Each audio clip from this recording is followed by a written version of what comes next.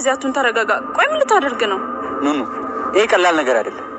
እንዴት ያልታመመ ሰው ታሟል ብሎ በባዶ መድኃኒት ይሰጣል?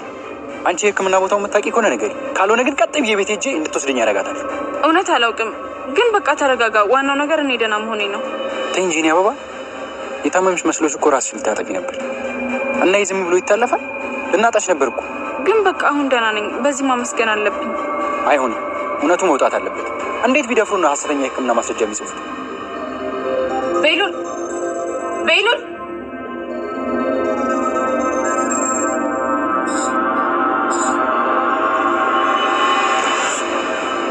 ምንድነው? ምን ሆነሻል? ቤሉል መንገድ ላይ አፍነው ያዙት። ብጮህም ባለቅስም ላስቆማቸው አልቻልኩም። ምን? የኔን ቤሉል ነው ያዙት? አዎ መንገድ ላይ ነው ያገቱት። እንዴት? ቆይ ማን አባቱ ነው ደፍሮ ይሄንን ያደረገው? የት ነበራችሁ? የት ቦታ ላይ ነው ያዙት? ከሆስፒታል እየተመለስን ነበር፣ እዛ ነው ያዙት። አይ ይህ ማንቺ ምጅ አለበት። ማየኔ እዚሁ ጠብቂ፣ የተያዘበት ቦታ ትወስጂኛለሽ።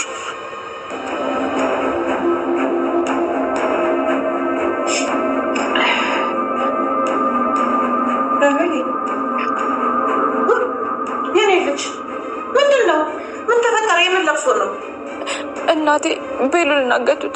ምን አገቱት ስትይ እንዴ? ቆይ ምን ማለትሽ ነው? እማዬ መንገድ ላይ እየመጣን ነው መኪና ቁሞ የወሰዱት። አረ በተሰቀለው እንዴት ይሆናል? ወይኔ ምን እንደማደርግ አላውቅም። ቆይ ምን ይሻላል?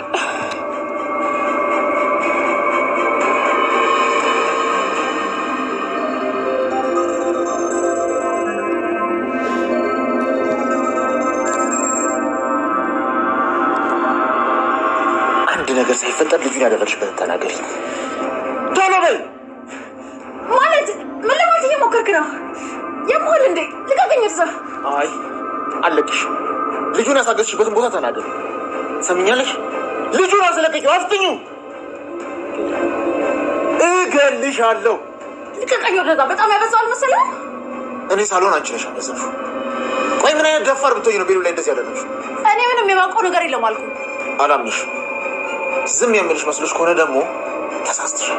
የራስህ ጉዳይ። እሺ እኔ ምንም ነገር አላውቅም። ነይ ውጪ። አሁን ቶሎ ማለት ምን ማለት አለ? ውጪ አልኩሽ እኮ። ነይ ውጪ። ወጥተን ከየትም ብለሽ ታመጫዋለሽ። የትም አልሄድም። ገባህ? የትም አልሄድም። ረፊ አትፈታተኝ። በግድ አስገድደህ የምታስወጣኝ ከሆነ አሳያለሁ። እኔ ምንም ነገር አላደረኩም። የማውቀውም ነገር የለም። እንደዛ ካልሆነ ታዲያ መሄዱ ምን አስፈራሽ? ፈርቻ አይደለም። እሺ ግን አንተ ስላልከኝ ደግሞ አልሄድም። ቤሉል ለእኔም ልጄ ነው። እሺ የመጠየቅ መብት ደግሞ የኔ እንጂ አንተ አይደለም። የምትወጁና የምታስቢልት አታስመስይ። አንቺ የተረገምሽ። የራስህ ጉዳይ። ቤሉል አንድ ነገር ይሁንና በቁምሽ ነው ማቃጠልሽ። ይህን መቼም ቢሆን ዳረሽ። መቼም ስርዓትህን ያዝ። የምትናገረውን ነገር ምረጥ። ባልመርጥስ ምን ታመጫለሽ? እሱ እናያለን። ኑኑ ምንም አይነት በሽታ እንደሌለባት አውቃለች። ቤሉል እንግዲህ በጣም ጠንካራ ልጅ ሆኖ ይዟት ሄዱ አስመርምሯታል። ከዛ እንግዲህ ሲመለሱ ደግሞ ቤሉል ታግቷል። ማን እንዳገተ እንኳን እሱ አያውቅም። ነገር ግን ሄለንም አልተሳካላትም እንጂ እሱን ልታሳግት ነበረ። እረ ኑኑንም ልታሳግት ነበረ። ታዲያ ቴዲ ቀድሞ መሲን አግኝቷት ስለነበረ እንጂ ማለት ነው። ነገር ግን ሊያሳግታቸው ነበረ። አጋጣሚ ሆኖ ግን ተቀደመ ማለት ነው በአዶናይ። አዶናይ እንግዲህ ቂም ይዞበታል ቤሉል ላይ። አሁን ላይ ያሳግቶታል። ለምንድን ነው እንዲስ ሊያደርግ የቻለው? አዶናይ እንደሚታወቀው እንግዲህ ኑኑን በጣም ያፈቅራታል። የራሱን ማድረግ ይፈልጋል። ለዛ ነው አሁን ላይ ቤሉን ይቀማኛል ኑኑን ብሎ ስላሰበ ነው ያሳገተው ማለት ነው። በነገራችን ላይ ግን እሱ አስቀድሞ እንግዲህ ኑኑን አስመርምሯታል። ኑኑ ምንም አይነት በሽታ እንዳሌለባት ካወቀች በኋላ በጣም ደስ ብሏታል። ነገር ግን በቤሉን መታገት በጣም አዝናለች ማለት ነው። ሮጣ ወደ ቤት ከተመለሰች በኋላ ለአጎቱ ነው ሄዳ የተናገረችው ማለት ነው ለያፌት። ከዛ በኋላ እንግዲህ እሱ ይሄንን ነገር የምታደርገው ከሄለን ውጪ ማንም የለም ብሎ ሄለንን ብቻ ነው የተጠራጠረው። ነገር ግን ሄለን እውነትም ልታሳግተው ነበረ። ነገር ግን አላረገችም። ተቀድሟል ማለት ነው ቴዲ ሳያሳግታቸው። ታዲያ ቀጥታ በመሄድ ሄለንን ነበረ አንቆ ይዟት የት ነው የደበቅሽው ቤሎንን? ለምንድን ነው እንዴት ማድረግ የፈለግሽው? ከአንቺ ውጭ ይህንን ነገር የሚያደርገው ማንም የለም። እኔ ፈልጌ ላጣውና ከአንቺ ራስ አልወርድም፣ በቁምሽ ነው የማቃጥልሽ ብሎ እያስፈራራት ነው ያለው። ነገር ግን እሷ አላደረገችም። ቢሳካላት ታደርገው ነበረ። ተቀድማለች ማለት ነው። ይህ ነገር በጣም አናዷታል። ማን ነው እንደዚህ ሊያደርግ የቻለው? ማን ነው የቀደመኝ? ለምንድን ነው እቅዶቹ ሁሉ በአሁኑ ሰዓት ላይ እየከሸፉ ያሉት ብላ እየተናደደች ነው ያለችው። አሁን ላይ እንግዲህ ኑኑ ተመርምራ ነፃ መሆኗን አታቅም። ኑኑ ትናገራቸው ይሆን? ኑኑ እንግዲህ በጣም ደስ ብሏታል። የቤሎን መታገት ብቻ ነው ትንሽ ቅር ያላት፣ በጣም ያናደዳት።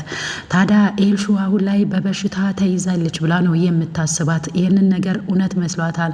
ነገር ግን ኑኑ ነፃ መሆኗን አውቃለች። ካሁን በኋላ ልታስፈራራት ብትሞክርም እንኳን ምንም አይነት ስሜት አይሰማትም። ታዲያ በሽታ አለብኝ ብላ ራሷን ልታጠፋ የነበረችው ኑኑ አሁን ላይ ተስፋ ኖሯት የመኖር ተስፋ እንግዲህ አሁን ላይ እየታያት ነው ያለው ማለት ነው።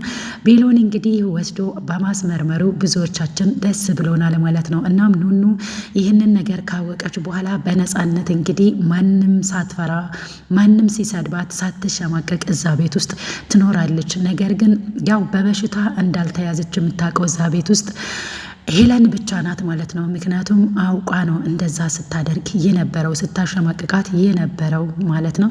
አሁን ላይ እንግዲህ ኑኑ ነፃ መሆኗን አውቃለች። ቤሎንም ያናደደው ነገር ቢኖር እንዴት በበሽታ ሳትያዝ መድኃኒት ትዋጥ ብሎ እንዴት ይሰጧታል? ሆስፒታሉንም ማወቅ አለብኝ፣ ለህግ አቀርባለሁ የሆስፒታሉንም ስም ብሏል ማለት ነው። እንግዲህ ያንን ነገር ለማድረግ እየተጣደፈ ወደ ቤት የተመለሰ ባለበት ሰዓት ላይ ነው እንግዲህ ያው አዶናይ ቬሎንን ያሳገተው ማለት ነው። ምን ይጠቀማል አዶናይ ቬሎንን አሳግቶ? ቬሎን አሁን ላይ ለእሷ ሳስቶ እንደዚህ ራርቶ ባይወስዳት ኖሮ ኑኑ እራሷን ለማጥፋት አሁንም ጥረት ታደርግ ነበረ። ስለዚህ አዶናይ ቬሎንን ማመስገን ነበረበት። አዶናይ ቬሎን ያደረገውን ነገር አላደረገም ነበረ። ነገር ግን ስለሚቀናበት ብቻ ነው አሁን ላይ ያሳገተው እንጂ ምንም አድርጎት አይደለም ማለት ነው። እንግዲህ ለኑኑ ህይወቱን አሳልፎ ይሰጣል ቤሎን። አሁን ላይ መታገቱ ምንም ላይ መስለው ይችላል። ነገር ግን ማን ሊደርስለት ይችላል? አሁን ላይ ታግቶ እየተሰቃየ ነው ያለው በአዶናይ ማለት ነው።